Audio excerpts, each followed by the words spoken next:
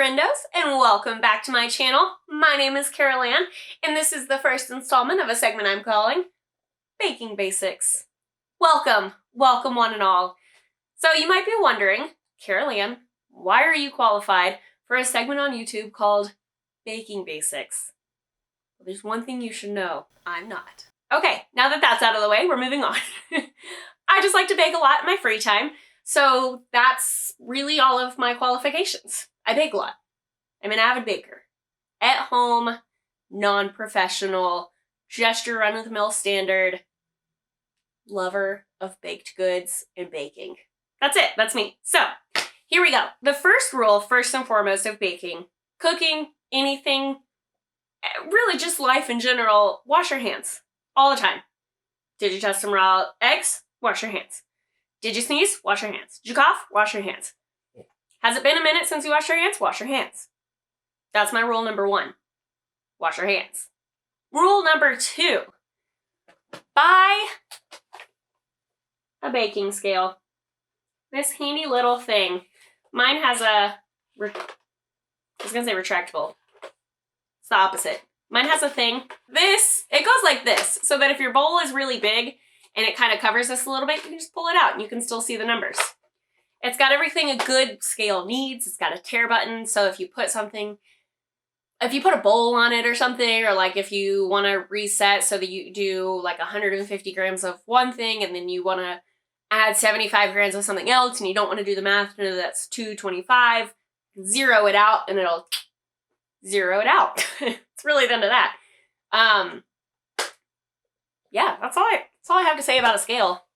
It was probably about $30 on Bed Bath & Beyond. I'll try to link the one that I have below, but really any scale will do. Dab'll do ya. So find a scale. There's plenty of them on Amazon. Bed Bath & Beyond has 4,000 coupons. I don't know, like Sur La Table or Williams-Sonoma, they probably have scales. There's a lot of scales.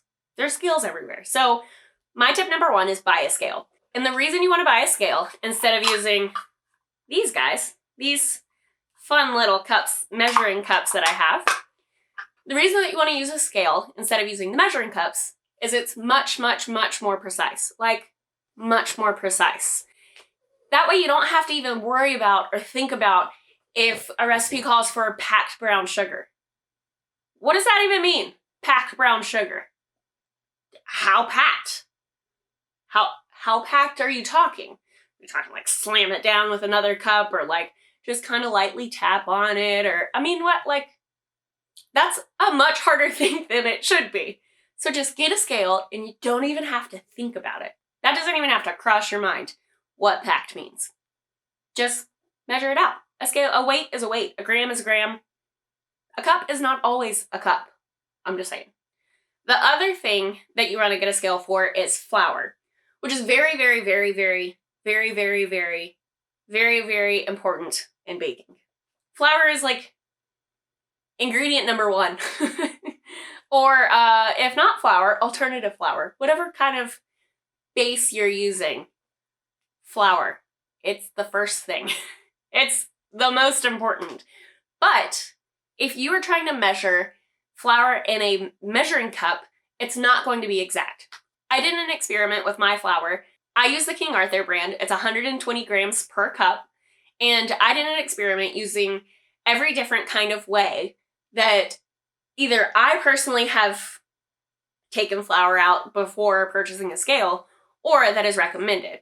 I just kind of took the cup and I scooped it in. I took a smaller spoon and I scooped it into a bigger cup, and then I did it with 1/4 of a cup, so it was even smaller. I did all of those little neat tips and tricks. The closest I was able to come to 120 grams was 132. 132! And that was even some floof out of my bowl. Maybe I'll insert some of my clips where I did that, but maybe you won't. But yeah, so 132 grams versus 120. 12 grams, that's not really that much. So take that what you will. But still, that was using 1/4 of a cup and a spoon and scooping it into the 1/4 of a cup and then putting it into the bowl and then scooping it for in place. Ugh. When I could have just kind of shaken some out and gotten to 120 grams.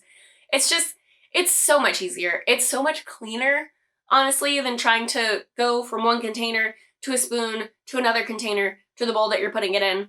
It's just, it's so much. That is why you should buy a scale. That's really it. I had another video doing this and I actually did it. I was in my kitchen.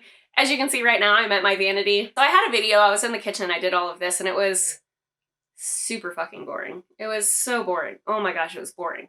So instead, I decided to delete all of that and just come here, sit with you, chat for a second. If anybody cares, maybe I'll edit and post the video. But this one's gonna be much more effective.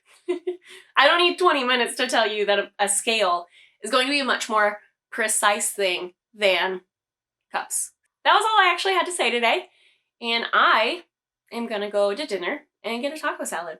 So, love you, all you people, all my friends. Love you, and I'll see you next time. Bye!